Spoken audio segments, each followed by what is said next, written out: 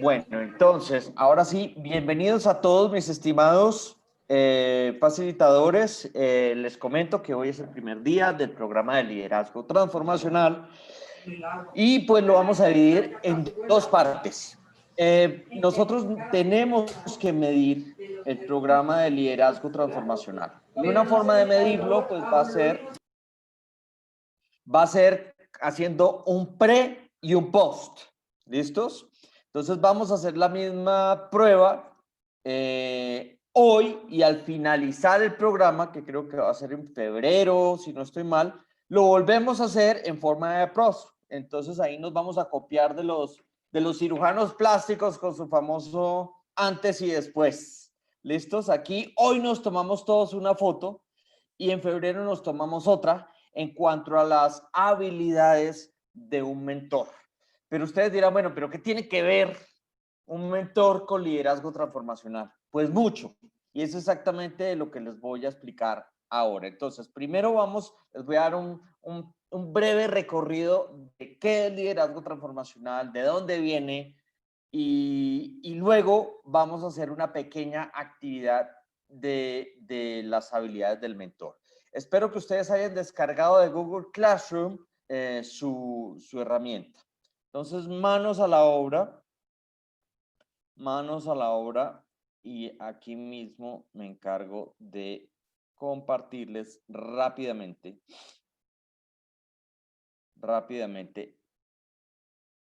esta presentación. Me avisan, por favor, cuando la empiecen a ver. Ya la veo yo. ¿Ya la ven? Bueno, mis estimados, entonces, aquí hablamos de liderazgo transformacional y aquí hablamos también de acompañamiento. A mí me gusta mucho utilizar esta palabra porque aquí también rompemos otro paradigma, y es que a veces las personas piensan que el liderazgo es una habilidad, y el liderazgo no es una habilidad. El liderazgo es un espectro de habilidades, ¿sí? Al igual que la comunicación. La comunicación no es una habilidad sola, la comunicación es un espectro de habilidades. Imagínense ustedes la palabra espectro como un paraguas que cubre muchas habilidades pequeñas, ¿sí? Y esas habilidades son inclusive antagonistas, ¿sí? Que no es lo mismo yo comunicar y otra cosa es percibir lo que me comunican a mí, ¿sí? Entonces muchas veces son habilidades contrarias que la persona tiene que hacer malabares con esas habilidades, que son muchas veces contrarias, pero todas cubren el espectro que es la comunicación. Pues lo mismo ocurre con el liderazgo. El liderazgo, a veces la gente comete ese error de hablarlo como habilidad, y resulta que el liderazgo incluye, y ustedes podrán inferir, incluye muchas habilidades. Y yo incluiría, primero que nada, las 10 que vemos en el programa de Opportunity, ¿sí? Todo el tema de trabajo en equipo. O sea, un líder que no trabaja en equipo, pues no es líder. Un líder que no se comunica, pues no es líder. Un líder que no sepa resolucionar problemas, no es líder. Y así sucesivamente, tenemos que formar un paquete de habilidades que incluyan la palabra liderazgo, y concretamente vamos a ver aquí por qué transformacional, porque hay varios tipos de liderazgo, y no solo varios tipos, sino varios estilos. También vamos a definir a veces cuando se habla de los famosos estilos de liderazgo, y aquí vamos a hablar de tipo. Bueno, de una vez se los defino. El tipo de liderazgo va hacia el fin del líder, mientras que el estilo es la forma en la que lo hace, la forma en que cumple esa meta. Entonces, vámonos rápidamente con una breve historia del liderazgo. Pues ustedes entenderán que el liderazgo pues viene, si hablamos de liderazgo tenemos que estar hablando de comportamiento humano. Y si hablamos de comportamiento humano tendremos que estar hablando de psicología. Y la psicología como disciplina, pues es una disciplina pues bastante reciente. No tiene más de 100 y pico de años, ¿sí? A diferencia de la medicina, de la arquitectura, pues la psicología es muy reciente, y mucho más reciente el concepto de liderazgo. Estamos hablando de mediados de la Segunda Guerra Mundial. Estamos hablando de 1940, 42, ¿sí? Cuando el señor Carl Lewin empieza a inquietarse por, hey, ¿qué tiene esta gente? Y estaba refiriéndose, por supuesto, a Hitler, ¿cierto? Que tiene como esa habilidad para mover masas de personas. En esa época, y miren como lo importante de hablar de historia, ¿sí? Miren en esa época el concepto que se tenía y luego vamos a ver lo que se está hablando hoy de liderazgo, ¿sí? Y entonces en ese concepto, miren, se hablaba de alguien que mueve masas, ¿sí? Ya no se está hablando de eso, pero en esa época sí, ¿sí? Se hablaba de esa persona que tenía ese, y él hablaba de carisma, ¿no? Tiene que tener un carisma, tiene que tener un don de la palabra, de hablar lo que la gente quiere oír, de convencerlos, de persuadirlos, ¿sí? Entonces, ahí hablamos de tres, digamos que tipos de liderazgo. Aquí hablamos entonces del carismático, estábamos hablando de esa persona que recurre a las emociones, ¿sí? Recurre a esa parte para convencer a las personas, ¿sí? Entonces, después de eso, pues estábamos hablando de, ¿sí me están oyendo? Sí, listo. Estábamos hablando de ese tipo de liderazgo.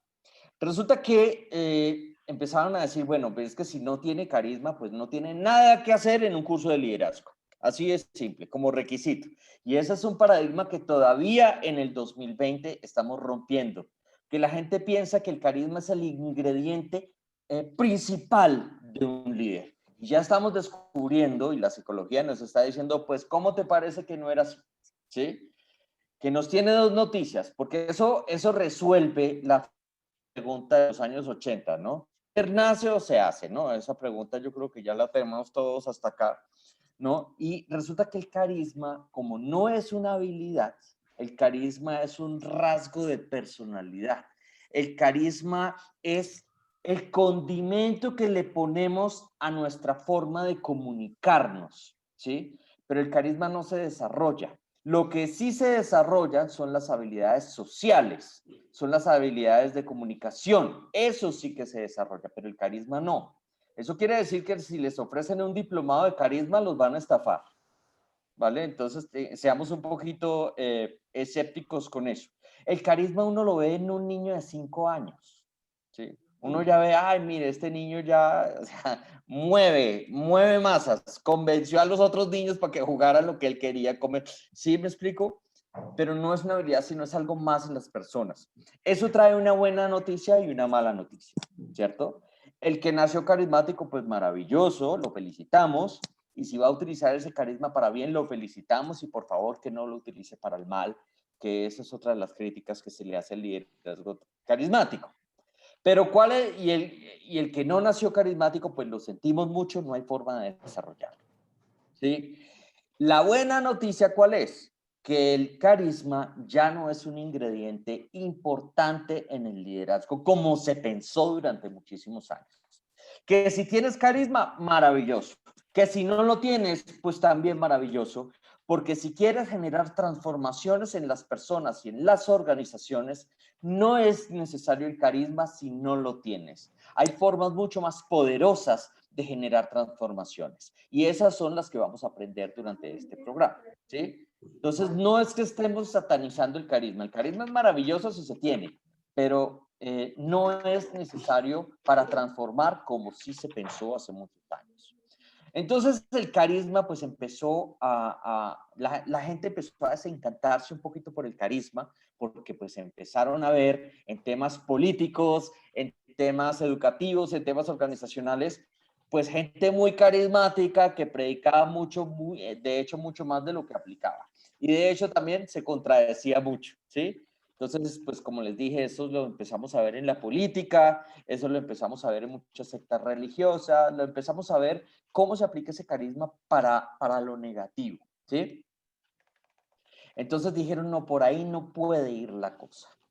Entonces luego la psicología empezó a avanzar en los años 50 y se dieron cuenta que el ser humano funciona por medio de estímulos y respuestas, por medio de castigos y refuerzos. Si haces algo bien, te refuerzo, te premio. Si haces algo mal, te castigo. Y así mismo voy moldeando el comportamiento humano como yo necesito. Y eso es basándonos en transacciones, ¿sí? Las transacciones, si me das algo, yo te doy tal cosa. Pues el sector educativo empezó a apoderarse de esa forma de liderar y todavía es válida y no la estamos criticando. De hecho, así funcionamos como los seres humanos. Como seres humanos funcionamos con transacciones. ¿Sí? Si la persona va a clases, bien. Si la persona deja de ir, pues mal y lo sacamos del curso, le ponemos mala nota. Si en las organizaciones, si cumples la meta de ventas, te damos un premio. Si no las cumples, no te damos el premio. Si no vienes a trabajar, no sigues trabajando con nosotros. Así es. Esas son transacciones y no las podemos desconocer. El problema surge en 1995 cuando el señor Bruce Abolio, Bernard Bass se reúnen y dicen, bueno, ya sabemos que el carisma no es tan importante como pensábamos y tampoco somos tan robots para valernos solamente de transacciones. Necesitamos valernos mucho más del famoso liderazgo carismático y del liderazgo transaccional. ¿Por qué no nos inventamos un liderazgo que realmente transforme? Y pongámosle líder transformacional. Entonces dijeron, vale, perfecto. Pero entonces, ¿cuáles serán esos ingredientes del líder transformacional? Entonces dijeron, bueno, primero que motive. Dijeron, bueno, pero no estábamos criticando el carisma y lo primero que metemos ahí es que motive. Dijo, sí, claro, que motive, pero no con carisma necesariamente. Uno puede motivar no tanto con discursos maravillosos, ¿sí? No tanto con sermones que cautiven, sino uno puede motivar también con preguntas poderosas, ¿sí? Entonces ahí es cuando empezamos a replantear el primer paradigma trasnochado, le llamaría yo, ¿cierto? Y empezamos a mirar cómo el mundo está viendo ahora el liderazgo, cómo la evidencia científica, qué es lo que nos está sugiriendo la evidencia científica, que entre otras cosas, pues uno de los grandes problemas del liderazgo y del desarrollo humano como tal, pues como todas las disciplinas, pero este en especial, cae en garras de la pseudociencia. Con eso les quiero decir que hay mucho humo en el mercado, ¿sí? Hay mucha pseudociencia, hay mucho charlatán, hay mucho encantador de serpientes en estos temas del liderazgo y en estos temas del desarrollo humano. Entonces, la invitación es a que vayamos siempre a lo que dice la evidencia científica, lo que dicen los papers, lo que dicen las investigaciones científicas, ¿vale? Y no caigamos tanto en libros de supermercado, como dice una colega que dice, ese es del libro de Walmart. Eso no me interesa, yo no como ese cuento. ¿Sí? Y yo los animo a que sean iguales de escépticos, ¿sí? Que hay mucha cosa ahí en las cajas donde están las revistas y los libros de cómo ser líder en 2 días y eso, por favor no caigamos en ese tipo de cosas y démosle mucho más rigor científico a estos temas que son tan importantes y desafortunadamente en algunas empresas todavía tienen prácticas que dejan muchísimo que desear en estos temas. Entonces, cuidado por ahí. Bueno, luego de motivación dicen, bueno, ¿qué más? Pues que tenga una influencia idealizada. ¿Eso qué quiere decir? Que las personas perciban a su líder de una manera positiva. Dicen, bueno, ¿qué más? Otro ingrediente. El siguiente ingrediente es la consideración individual. ¿Qué es la consideración individual? Es la capacidad que tiene el líder de entender que cada persona tiene un mundo detrás, que tiene una historia detrás, tiene una serie de competencias detrás, unos ritmos de aprendizaje distintos. Y eso hace que lo que a Yutzil le motiva, a Guillermo no lo motiva y al contrario, ¿sí? Entonces ya no podemos pensar que podemos transformar en masas como sí se pensó durante mucho tiempo, ¿sí? Con las famosas charlas de motivación, que a veces inundan las organizaciones de una mala manera. ¿Y qué es lo que se logra con esas charlas de motivación? Pues recurrir al carisma, y el carisma recurre a su vez a las emociones. Entonces, las emociones son muy volátiles, ¿sí? Entonces, claro, un equipo de ventas está muy cabizbajo.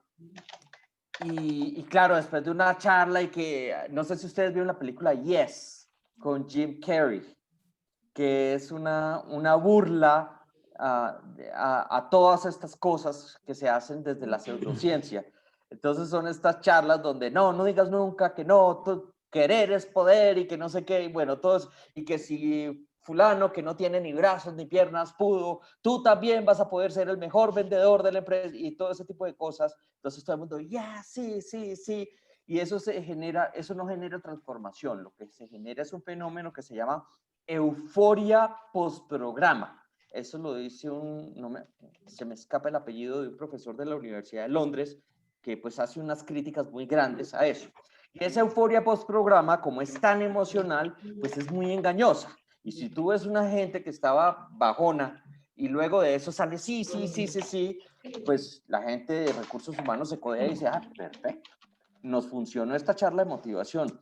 Y a los 3 días se estrellan con la realidad y se dan cuenta que no era tan así y que las transformaciones profundas no se generan con unas charlas de motivación.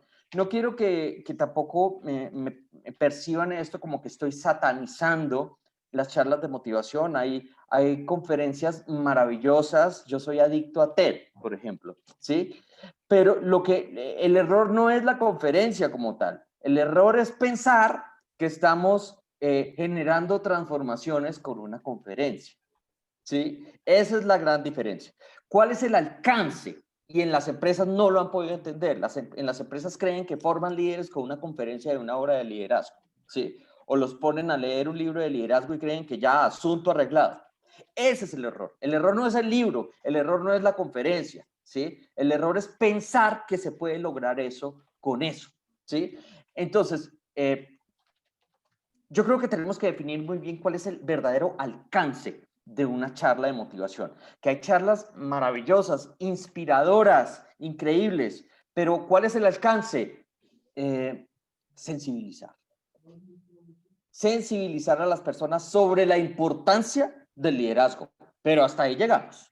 No podemos ser irresponsables y pretender que así estamos desarrollando a la gente. Lo mismo con las actividades lúdicas que tanto hacen en las organizaciones, ¿no? Entonces la actividad de trabajo en equipo, entonces los pusieron a hacer la pirámide humana o el típico jueguito de los espaguetis con el yo no sé qué, y eso fue el trabajo en equipo y ya desarrollamos trabajo en equipo. Mentiras. Lo que hicimos, ¿qué fue? Sensibilizar a la gente sobre la importancia de trabajar en equipo. Eso está muy bien, pero ¿estamos desarrollando habilidades de trabajo en equipo? Por supuesto que no. ¿Sí? O en la actividad de liderazgo, entonces a uno le ponen una venda y entonces los otros tienen que llevarlos de una sala a la otra y los otros son las ovejas y entonces él es el pastor y esa fue la actividad de liderazgo que hicieron ahí en la empresa.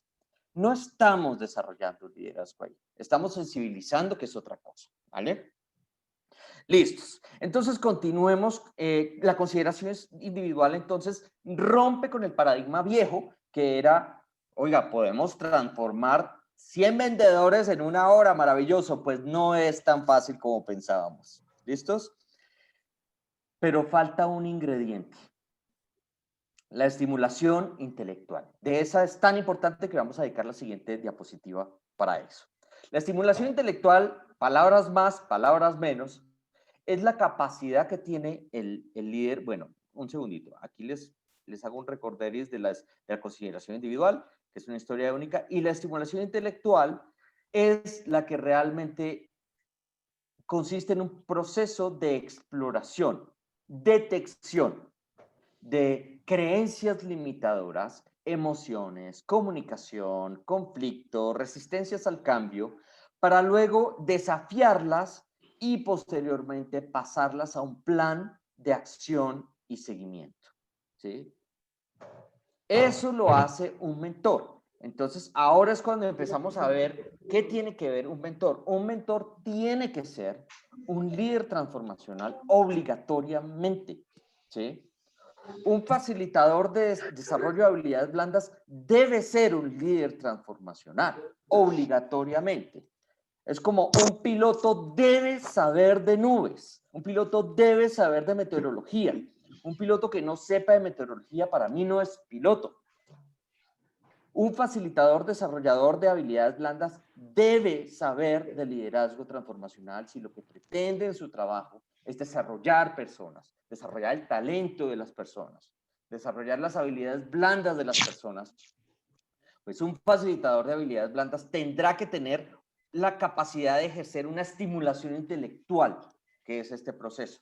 Tendrá que entender que a veces ese desarrollo de habilidades blandas no es tan fácil y que hay muchas creencias que tienen las personas que obstaculizan ese desarrollo de esas habilidades y que inclusive habilidades ya desarrolladas pueden verse obstaculizadas, opacadas por culpa de creencias autolimitadoras que pueda tener la persona, ¿sí? Una persona que puede ser muy creativa, pero está en un equipo de gente hostil, de gente difícil, de gente irrespetuosa, ¿sí? Esa creatividad se le puede ir al piso, ¿sí? Y decimos, pero esa persona ya tenía, o sea, ojalá esa persona no hubiera tenido la habilidad, pero es que ya la tenía desarrollada y se nos fue. Ese es el problema.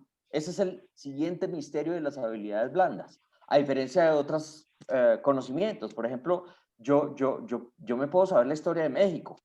Se la puedo contar a mis amigos o la puedo contar en un grupo con gente irrespetuosa. Yo puedo contarle a esa gente la historia de México que yo sé.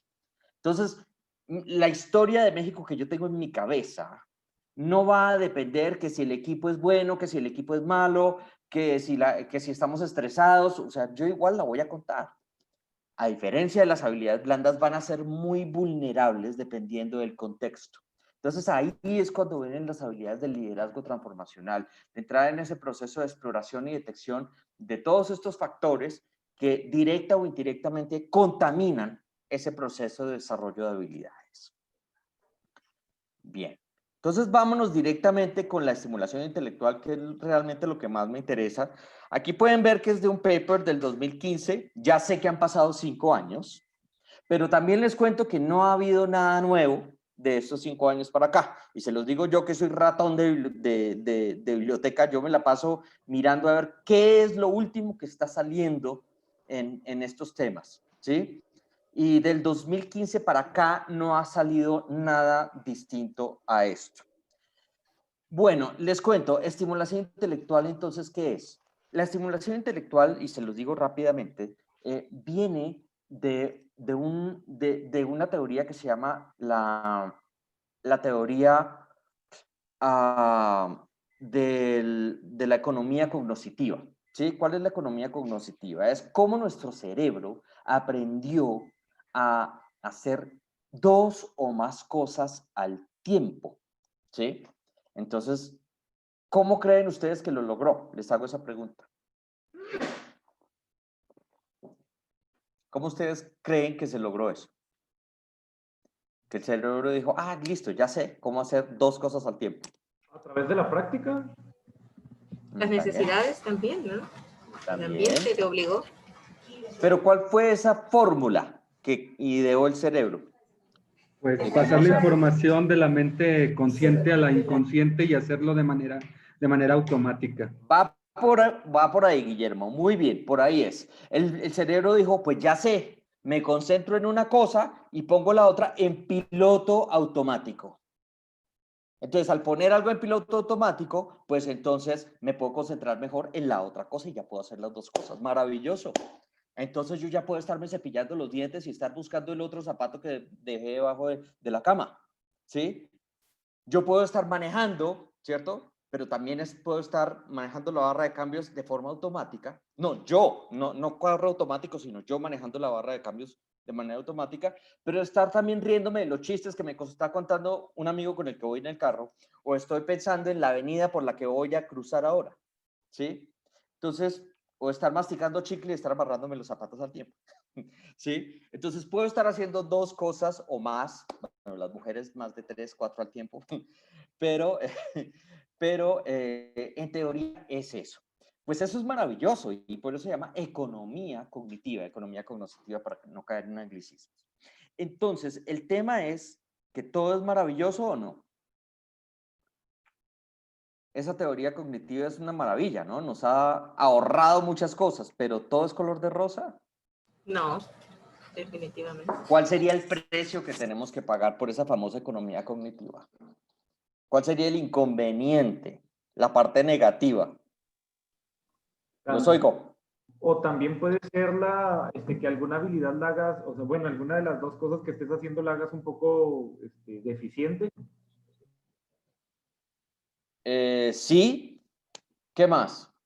Pues yo creo que es la práctica, hacerlo una y otra vez. Muchos dicen que hacer una actividad 21 veces, más bien 10 veces diarias durante 21 días y se formará ese hábito dentro de tu parte inconsciente. Sí, pero ¿cuál sería el problema de esa famosa economía cognitiva?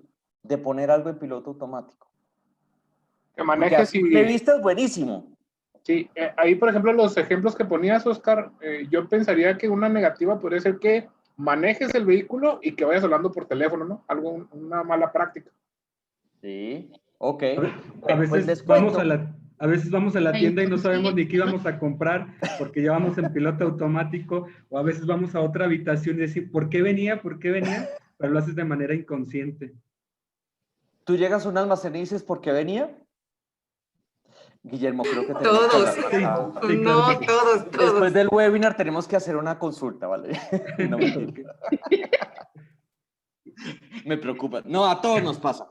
Vengan, les cuento. Resulta que hasta ya no hemos llegado en la evolución cerebral y que hasta el sol de hoy, de pronto en otros miles de años, pero ya no nos tocó, el cerebro hoy no tiene la capacidad para discriminar qué es lo que pone en la caja de piloto automático y qué es lo que no pone. ¿Sí? Entonces, el cerebro dice, si se repite, lo meto a la caja de piloto automático. Listo. Sea bueno para mí, me haga daño, no sé, pero lo pongo en, así sea algo que yo haga que le estoy haciendo daño a los demás, el cerebro dice, ah, no, eso no lo ponga. No, no, no, el cerebro igual lo pone en piloto automático. ¿Sí? Entonces yo puedo ser imprudente en piloto automático. ¿Sí? Ni me doy cuenta que soy imprudente. O sea, no es que yo me levante por la mañana y es, bueno, ¿ahora qué voy a decir para hacer sentir mal a alguien? No, se me salen las frases sin darme cuenta, ¿sí? A ver, Lisbeth, cuéntanos. Es un tanto como la trama de la película Click de Adam Sandler, ¿no? Que él empieza a poner cosas en automático y de repente se le va la vida y cuando viene a querer reaccionar, pues ya fue muy tarde, ¿no? Claro. Entonces nosotros podemos hacer cosas en piloto automático, hacer, pero imagínense que somos más complicados todavía, no solo hacer, sino percibir el entorno de forma automática. Ahí es donde se complejiza la cosa, ¿sí? Entonces ahí es cuando la psicología habla de la famosa habituación, que es cuando nos habituamos a algo, nos acostumbramos a algo. Y eso es peligrosísimo, mis estimados profes. Yo me puedo habituar a lo bueno y a lo malo, y ambos son terriblemente perjudiciales, ¿sí? Yo, por ejemplo, me puedo habituar al maltrato físico, al maltrato psicológico. Yo me puedo habituar a la mediocridad. Y cuando me habitúo es que me sumerjo. Y la psicología positiva habla que nosotros todos estamos en un estado de adormecimiento, porque ese piloto automático nos adormece, ¿sí? Porque ya no, la mayoría de cosas las repetimos y las hacemos de manera, como decía Guillermo, inconsciente, adormecidos, ¿sí? Y no solo lo que hacemos, sino lo que percibimos, ¿sí? Ustedes saben que yo vivo en un país que lo amo, pero tiene una historia muy fuerte de violencia. Tuvimos 50 años de guerra, ¿sí? Y nos pasó algo terrible. Nos habituamos a la guerra. Nos acostumbramos, ¿sí?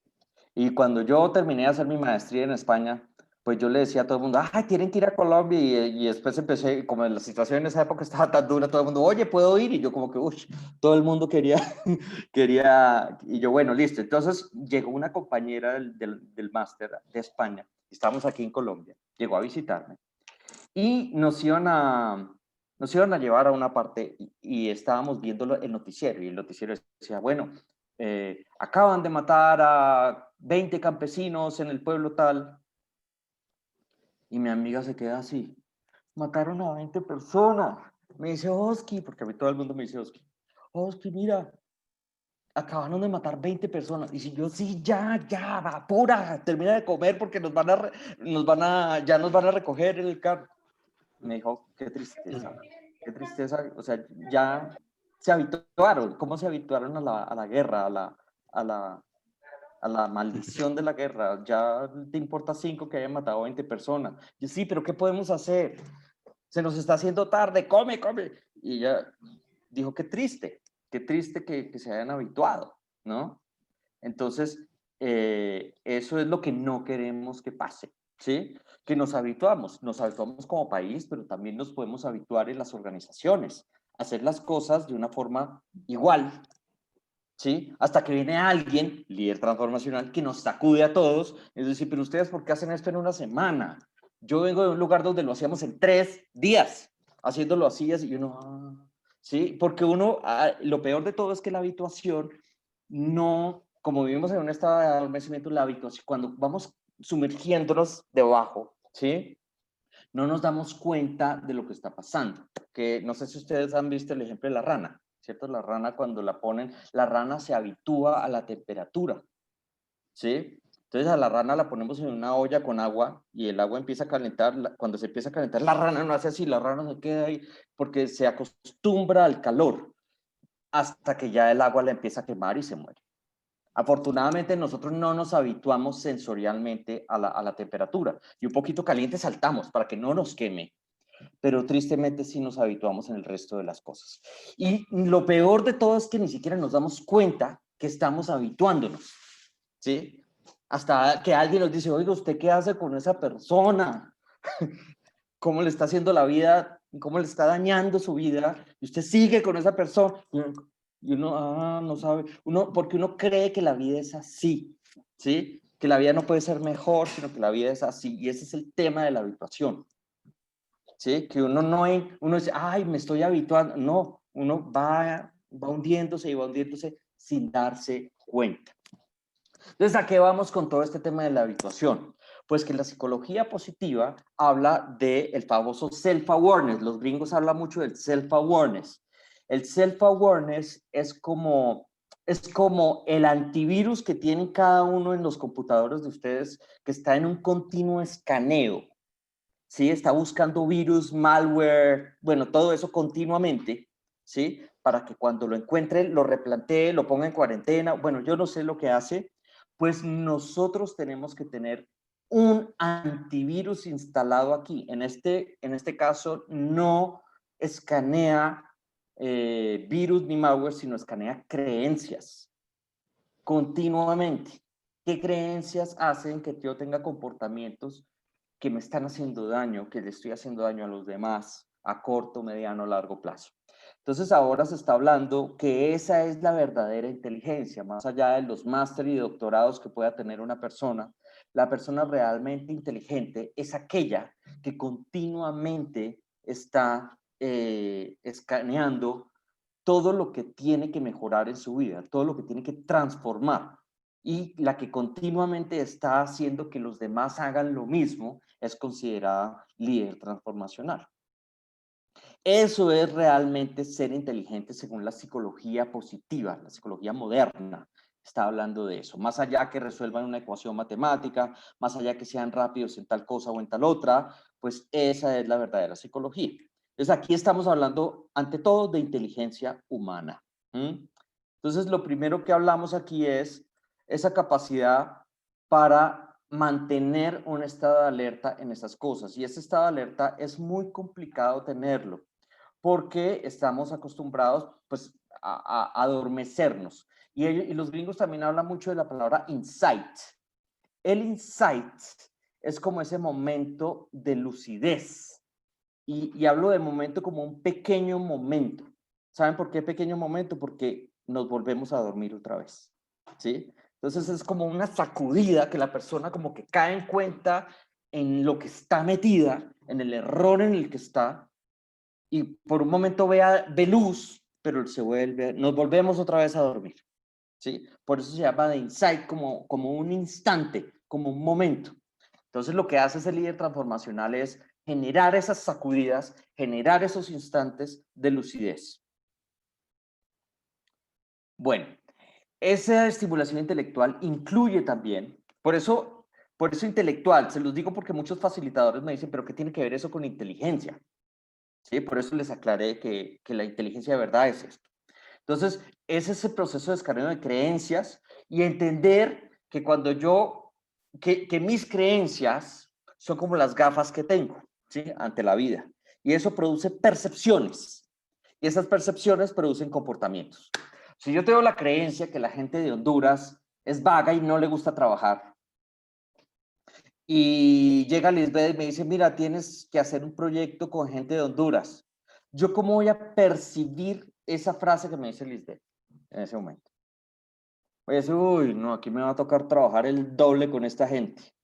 ¿Por qué? Porque yo tengo esta creencia. Entonces, la percepción es como ese filtro que hace que yo vea la realidad de una forma o de otra, ¿sí? Y esto explica las típicas frases de nuestros abuelos, ¿no? Y las típicas preguntas que nos hemos hecho en la humanidad. Y ahora desde la neurociencia pues están explicando la típica frase de por qué hay gente con tan poco y es tan feliz, y por qué hay gente con tanto y no es tan... Bueno, porque todo depende de las creencias que tenga la gente y cómo perciben estas situaciones, ¿sí? Entonces ya nos damos cuenta que para ser feliz hay que ser inteligente. Y para ser inteligente tenemos que hacer una estimulación intelectual, ¿sí? Entonces, ¿cómo yo percibo que cuando me dicen algo, cuando me corrigen algo, cómo lo percibo? Me puedo ir por dos caminos. Lo puedo percibir o como un ataque para ridiculizarme o como una oportunidad para yo crecer. Tengo esos dos caminos para elegir, pero esos dos caminos van a estar determinados ¿por qué? Por cómo yo perciba esa situación. Y esa percepción me va a dirigir un comportamiento. Entonces, imagínense el efecto dominó. Una creencia, la percepción y luego el comportamiento, ¿sí? Entonces, el líder transformacional dice, ya sé, para transformar comportamientos tengo que irme a la raíz, a la creencia. En la medida en que modifique creencia, esa creencia modifica la percepción y esa percepción modifica el comportamiento. Se genera como ese efecto dominó, como ese efecto cascada. Por eso es que tenemos que irnos directamente a la raíz y eso el líder transformacional lo sabe. ¿Listos? Bueno, rápidamente, y esto es lo que me encanta de la ciencia, que no tiene verdades absolutas, sino continuamente se está replanteando. O sea, hoy estamos hablando de esto, en 5 años de pronto nos estaremos riendo de esto y estaremos hablando de otras cosas, pero me encanta. Así es la ciencia. Resulta que estos investigadores pues estaban muy contentos con estos 4 ingredientes. Dijeron, va, buenísimo. Ahora, cada uno de estos, volvámoslo categorías y cada uno hagámosle unas preguntas, unos ítems acá, otros ítems acá, otros acá y otros acá, y convirtámoslo en el famoso test de liderazgo transformacional. Porque para desarrollarlo, primero tenemos que medir a la gente. Y empezaron a aplicarle este test a medio planeta.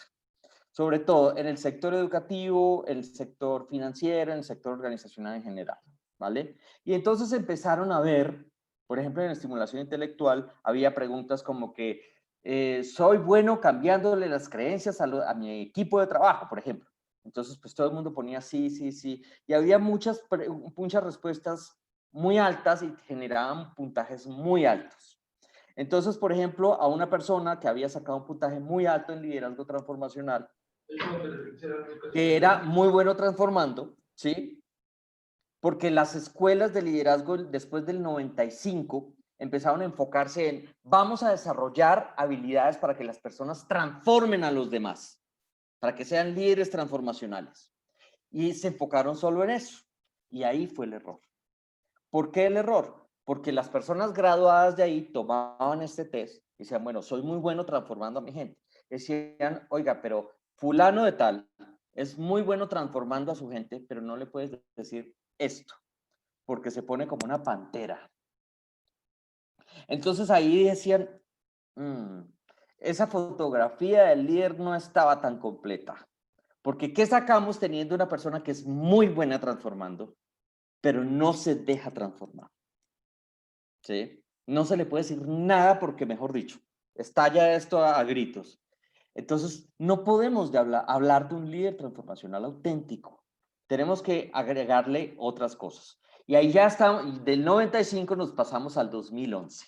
El 2011 para mí es un año supremamente importante en temas de liderazgo, en avances, porque aquí es cuando ya se empieza a hablar de Authentic Transformational Leadership, de liderazgo transformacional auténtico. ¿Por qué auténtico? Porque se le juntan 4 ejes principales. El primero, ese líder transformacional va a tener una capacidad de autotransformarse, autocurarse. Va a hacer ese propio escaneo para sí mismo. ¿Listo? El siguiente eje va a tener la capacidad para transformar a los demás. El siguiente eje va a permitir que otros lo transformen. Y el número 4, va a enseñarle a los demás que se transformen entre sí para cuando ese líder ya no esté. Bueno, y ya no esté no cuando se muera, sino cuando salga de vacaciones, ¿cierto? Eso rompe otro paradigma viejo, que es que el líder tradicional tiene esa sed de poder. Le encanta robarse ese protagonismo, ¿no? Ser el que robó, el que transformó a todo el mundo, y todavía tiene ese paradigma viejo del pastor y las ovejas, ¿sí? El que todo el mundo lo sigue porque él transformó a todo el mundo. Tiene ese afán de protagonizar, de tener ese poder completo y que los demás son sus discípulos. Eso es un paradigma afortunadamente ya viejo y ya no se usa. Ahora el que se está usando es este. Es decir, el líder transformacional, más allá de eso, lo que quiere es compartir ese poder y enseñarle a los demás a que sean también líderes transformacionales, porque saben que él no puede tener ese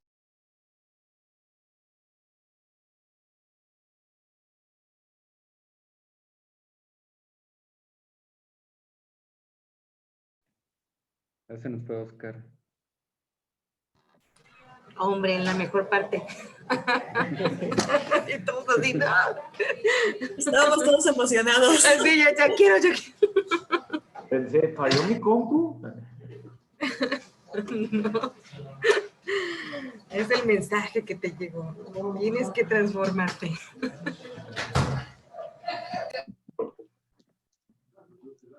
¿Será muy mala la recepción aquí en Colombia o será por la distancia? Desde que está muy lejos. Pues es el mismo proveedor, es Telmex, nada más que ya es Claro. Pues por eso está padre. Está raro. Pues la zona, la mejor en la que está. Probablemente. Ya y nosotros aquí que estamos hasta aquí de agua. ¿Y servicios siguen de manera normal, Lisbeth? Ahí, aunque tengan así el agua. Tenemos aquí trabajando. Ahora, en lugar de Uber, ¿andan en chalupa o cómo? Aquí se llaman cayucos. De cayucos andamos aquí. Cayucos. Ah. El que tiene un cayuco es bendecido. Hola, profes, perdón. ¿Hasta dónde me oyeron? Mi frase típica.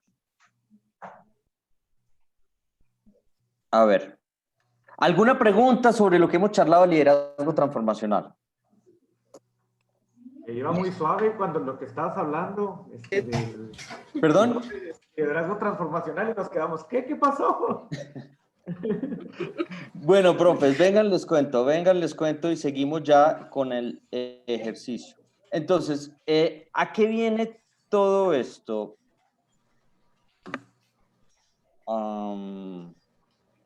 ¿A qué viene todo esto? Resulta que ustedes ya podrán entender que un mentor es una persona que transforma a su gente, ¿cierto? Pero no la transforma con carisma. Yo creo que mejor lo pueden ver. ¿Ustedes vieron Karate Kids? Bueno, la versión original la vi yo. De pronto los de mi generación la pudieron ver, pero también sacaron otra versión nueva. Ustedes son muchísimo más jovencitos, entonces ustedes ya, yo creo que vieron Qué la lindo, última. gracias. Pero en sí, la palabra karate, en la película, ustedes ven un proceso de mentoría maravilloso, donde él no le da sermones, no le da nada, él simplemente con preguntas poderosas le tiraba la pregunta y, como dicen en Facebook, y se retiraba lentamente. Y lo dejaba él viendo un chispero, lo sacudía. Eso es lo que hace un mentor y eso es lo que necesito que hagan ustedes. Aquí no queremos personas ahí llenas de sermones y llenas de consejos y nada. Aquí, además que los estudiantes y los participantes de hoy son bastante alérgicos a los grandes, a los sermones y a la cátedra y a la cosa. La gente se pone a hacer otra cosa. Los estudiantes de ahora valoran mucho más una persona que pregunte más que les cuente. Yo creo que si ustedes cierran los ojos y les digo, acuérdense del mejor profesor que han tenido ustedes, alguien que realmente los haya marcado, ustedes se van a acordar de alguien que no era tan, que no hablaba tanto, sino que preguntaba más y los hacía pensar mucho con sus preguntas. Ese profesor muy seguramente es un buen líder transformacional. Y por supuesto, si hablamos de liderazgo transformacional, tenemos que hablar de mentor. Resulta que la profesora Beatriz Valderrama de la Universidad Complutense de Madrid, en el 2009, lo que hizo fue un libro muy bonito que se llama Desarrollo de las competencias del mentoring, ¿sí? Entonces, ella sugiere algunas competencias y estas competencias son, la primera, bueno, ya saben el concepto, comunicación como un espectro de competencias, ¿vale? La comunicación, esta a su vez incluye construir relación de confianza y compromiso con sus aprendices, pero también escucha activa. Es importante, y aquí lo vamos a trabajar bastante, la escucha activa, a veces la gente piensa que es callarnos la boca, que porque hay que escuchar. Y la escucha activa también implica hacer preguntas poderosas. ¿Listos? Entonces, sí, porque muchas herramientas, yo he visto facilitadores que no hablan nada y dicen, no, es que hay que promover la escucha activa. Y yo, no, la escucha activa también implica que la persona haga preguntas poderosas. La siguiente es la estimulación intelectual, que es la que acabamos de ver. Por eso el mentor está totalmente amarrado al líder transformacional, ¿sí? Yo diría que son sinónimos. Un mentor que no tenga habilidades de liderazgo transformacional, para mí no es mentor. Se los digo por qué, porque yo creo que se ha abusado mucho de la palabra mentor. Ahora una persona que tiene tantos años de experiencia ya le dicen mentor. Y el hecho de tener mucho conocimiento y muchos años de experiencia no te hace mentor. Te hace una persona con conocimiento y con años de experiencia, pero no te hace mentor. ¿Qué te hace mentor? Estas competencias que nos está sugiriendo Beatriz Valderrama de la Universidad Complutense de Madrid. La estimulación intelectual, pues ¿de qué se trata? Pues de explorar a las personas, ¿sí? Desafiarlas, desafiar esas creencias que exploren. Ese es un proceso absolutamente maravilloso. Yo creo que ahí está lo más lindo de todo lo que hacemos, ¿sí? De tener esa capacidad de explorar a las personas, de cambiar vidas, de tocar vidas y ver cómo la persona empieza a mejorar y a desarrollarse. Y ustedes detrás del telón estar aplaudiendo esas mejoras. Eso para mí pues es una satisfacción muy bonita que se la merecen todos los mentores después de su proceso. Luego viene el empoderamiento. Yo creo que se habla muchísimo de empoderamiento, mis estimados, pero poco lo que se aplica, ¿sí? El empoderamiento es esa capacidad que tiene el mentor de lanzar al agua a sus aprendices y acompañarlos durante ese proceso. Creo que eso fue pregunta de examen de pedagogía, ¿sí? Es darle poder a los estudiantes, darles proyectos, darles la oportunidad para que ensayen, ¿sí? Se los digo, sobre todo en habilidades blandas, hay mucho falta de empoderamiento. La gente cree que las habilidades blandas se aprenden es con conferencias, ¿sí? Entonces, como que tienen miedo muchos mentores a lanzar a los aprendices a que hagan las cosas, ¿sí? Entonces, ese empoderamiento, pues, significa ser creativo. Ustedes dirán, pero ¿qué tiene que ver la creatividad con empoderar? Porque precisamente es responsabilidad del mentor inventarse escenarios, ¿sí? Donde ellos digan, bueno, ¿qué me invento yo? ¿Qué escenario me invento para asegurarme que en esa situación voy a comprobar si la persona sabe manejar bien esa situación o no y está utilizando la competencia bien o no? ¿Sí? Eso era lo que hablábamos ayer. Cuando hablaba, no me acuerdo quién, creo que Angélica nos estaba contando que ella lo que hace en sus procesos es que inventan escenarios, simulaciones y exponen a la persona a esos escenarios difíciles, ¿sí? Eso se requiere creatividad por parte del mentor, para que el mentor diga, bueno, ¿cómo inventarme como pruebas de fuego para asegurarme que esa persona le va a dar un buen manejo y si no se lo da, ¿en qué está fallando para poder desarrollar esa parte? ¿Sí? Y por supuesto, la flexibilidad. La flexibilidad en un mentor es importantísima. Tenemos muchos mentores que son muertos del miedo, dándoles poder a sus aprendices. Eso lo vemos muchísimo, por ejemplo, en la aviación, ¿sí? En la aerolínea de mi país hubo un gran problema de empoderamiento por eso, porque ustedes saben que la relación mentor y mentí se ve mucho en la aviación, con comandante y copiloto, ¿sí? Entonces los copilotos se quejaban muchísimo, decían, no nos dejan aterrizar, que es lo más difícil. Entonces estaban en el avión y le decían al comandante, bueno, esta vez sí puedo aterrizar. El comandante decía, no, todavía no, tú sigue practicando en el simulador que tienes en la casa, tú mírame cómo lo hago. Dice, pero si no es ya, entonces, ¿cuándo? ¿Sí? También, por ejemplo, en medicina se ve mucho esa relación de mentor, sobre todo en habilidades motrices en cirugía, por ejemplo, ¿sí? Donde el cirujano siempre es el que hace la cirugía y los otros que están ahí en círculo mirando cómo el otro opera pero ellos dicen, pero yo quiero intentar y que me corrijan si estoy haciendo el corte bien, si estoy haciendo esto mal, pero necesito que me corrijan, como hacemos las habilidades blandas. Pues las habilidades motrices es exactamente igual. Es decir, los profesores de medicina, concretamente los de cirugía, tienen que utilizar la misma metodología que usamos aquí en la fundación para el desarrollo de habilidades blandas, solo que para habilidades motrices, ¿sí? Es del ensayo y el error, es lanzar a sus estudiantes a que cometan errores, pero con el acompañamiento, por supuesto. No es dejar a la gente sola y abandonada, ¿sí? Entonces, cuidado con esa flexibilidad que tienen muchos mentores que no confían lo suficiente en sus estudiantes. Cuidado con eso. Recuerden que a mayor empoderamiento, mayor motivación. Facilitador que no empodera, facilitador que desmotiva a su gente. Eso es una regla de oro.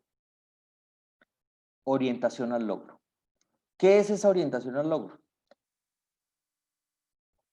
La palabra lo dice. Es la capacidad que tiene el mentor de diseñar, construir y hacer seguimiento de un plan de acción y seguimiento de todo ese proceso de desarrollo que tiene la persona, que está a su cargo, ¿sí? Entonces, un mentor que no tenga esa competencia de orientación al logro, que no sepa diseñar planes de acción, para mí no es mentor, pues un mentor muy incompleto.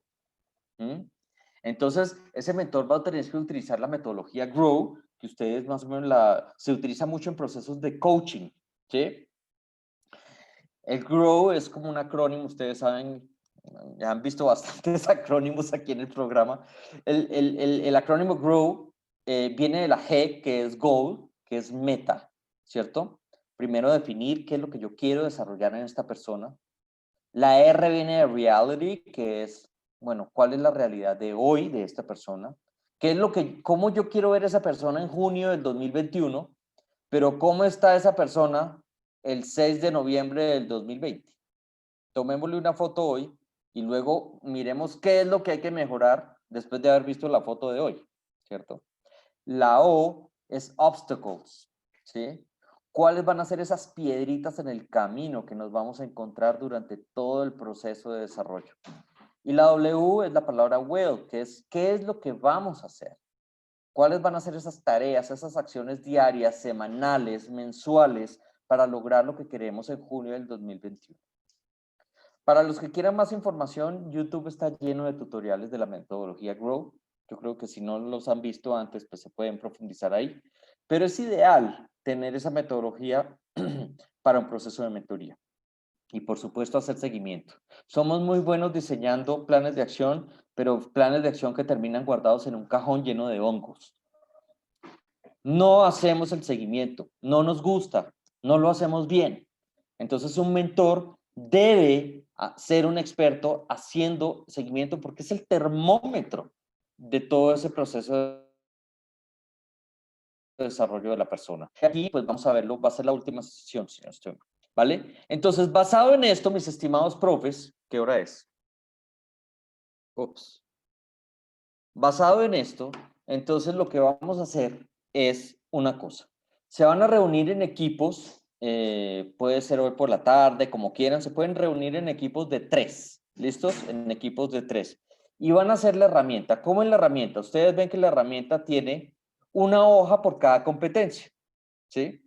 Entonces la verde es comunicación, la que es morado es la estimulación intelectual, la amarilla es empoderamiento y la azul es orientación al logro, ¿sí? Todas esas están en el archivo en PowerPoint que pueden descargar en la Google Classroom, ¿listos? Entonces se van a reunir y ¿cómo van a llenar esto? Les voy a poner un ejemplo de cómo se llena. Y finalmente hay un histograma con un pre y el post. Yo necesito que solamente me hagan esto, ese pre. Y en febrero hacemos este pedazo. ¿Listos? Para comparar el histograma de ahora y el histograma de febrero. Entonces, vamos a ver qué tan buenos mentores nos convertimos durante estos meses. ¿Listos? ¿Cómo se hace? Les pongo un ejemplo. Un ejemplo cualquiera, comunicación. Entonces, se van a reunir 3. ¿Qué va a pasar con esos 3? 2 le van a ayudar a hacer la herramienta a este, pero luego cambian de roles y así sucesivamente. Aquí no es un tema de hacer un test cada uno individual, sino aquí vamos a empezar también con procesos de mentoría desde el mismo test. ¿Listo? Entonces, 3, 2 le vayan a ayudar al tercero y luego cambian de roles hasta que todo ocurre. Aquí, habilidad, escucha activa. Pre, post. La parte post la dejan en blanco. Solo vamos a preocuparnos por la parte pre. Vamos a ver una evidencia positiva, una evidencia negativa. ¿Listos? ¿Qué ponemos aquí? Vamos a ver. Entre las dos personas van a hacer preguntas, ¿sí?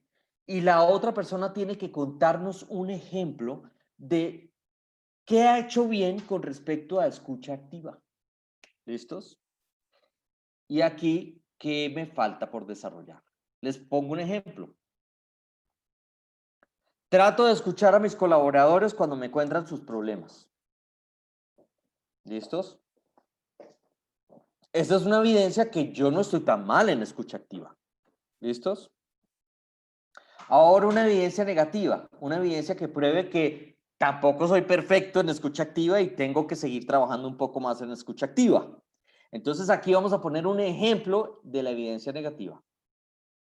Tiendo a imponer mis opiniones porque yo tengo la experiencia.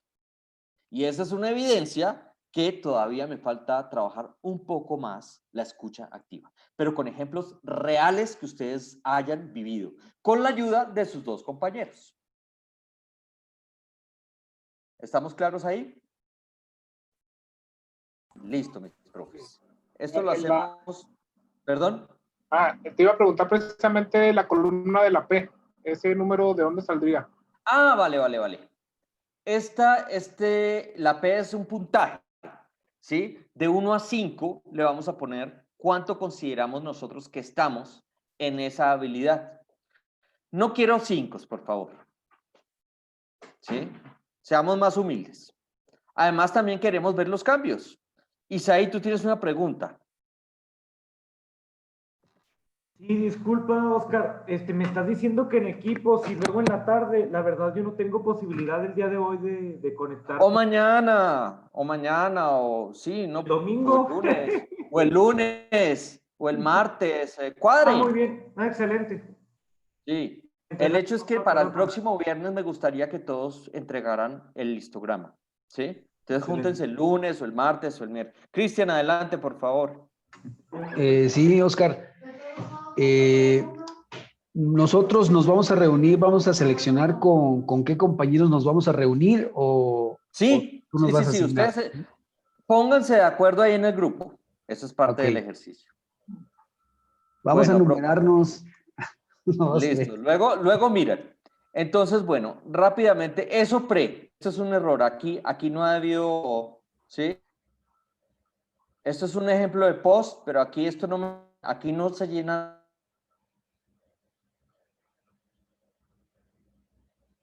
¿Qué hacemos después para hacer la gráfica? Si ustedes ven la gráfica, 4 competencias: comunicación, estimulación intelectual, empoderamiento, y vamos a ver del 1 al 5.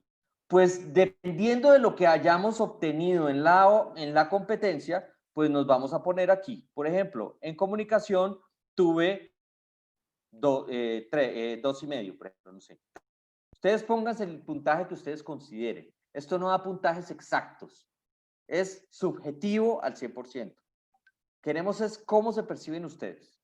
¿Listos? Y así va quedando el histograma. Esto es un ejemplo. Por ejemplo, aquí un ejemplo, acá un facilitador, en lo que más tiene que trabajar es en orientación. En empoderamiento le va muy bien. Aquí más o menos, y en lo que más tiene que trabajar es en orientación al logro. ¿Sí? Así debe quedar pre. Y la de post la dejamos quieta. La dejamos en blanco. ¿Un ¿Listo, número profe? mínimo de preguntas? ¿Número mínimo? ¿Cómo así? Sí. Sí, o sea, vamos a hacer el test, pero digo, si hay algún número mínimo de preguntas que tenemos que hacer en el cuestionario. Es que ustedes tienen que llenar esto, miren. Esta en pre, esta en pre, esta en pre, esta en pre, esta en pre, esta en pre, esta en pre y esta en pre. Solamente este cuadrito. Eso se puede hacer rápido. O sea, Ok, yo creo ok. que tarda más de 10, 15 minutos en hacer cada por persona y cambian de rol. ¿Sí? Ok. Lo pueden también prehacer o, bueno, la idea, a mí me gustaría que, más allá de hacerlo esto como un test individual, me gustaría que fuera una interacción interesante, donde practicáramos desde ya las habilidades del mentor. ¿Cómo son esas preguntas poderosas que ustedes van a empezar a hacer para que la persona complete esto y esto, esto y esto? Estos son solo ejemplos reales de sus vidas, reales, donde nos muestren lo bien que están acá, pero nos muestren lo que tienen que trabajar con respecto a esto. Entonces, hacer esto y esto, esto y esto, esto y esto, esto y esto, esto y esto. Pre, post, perdón, pre acá, el post me lo dejan quieto. Y listos. ¿Alguna pregunta, mis estimados, que se nos acabó el tiempo? Y no les quiero quitar más tiempo. No, por mi parte no. Muchas gracias, Oscar. Creo que está Listo, claro. profes. El entregable es, para que ustedes lo tengan, es solamente este histograma. Este me lo dejan quieto. Y esto lo haremos en febrero. ¿Listos? Y luego vamos a comparar cómo nos fue, cómo estamos hoy y cómo avanzamos en todas estas competencias del mentor después del programa. ¿Listos? Bueno, mis estimados, los dejo. Voy a subir esto como video de YouTube. ¿Listo? Y lo voy a poner en Google Classroom para que lo consulten. Que estén muy bien, que tengan una feliz tarde y feliz fin de semana. Descansen. Gracias. Hasta luego. Gracias. Saludos a todos. Gracias. Hasta luego. Chao. Que les Bye, vaya bye. muy bien. Hasta luego, gracias. Chao.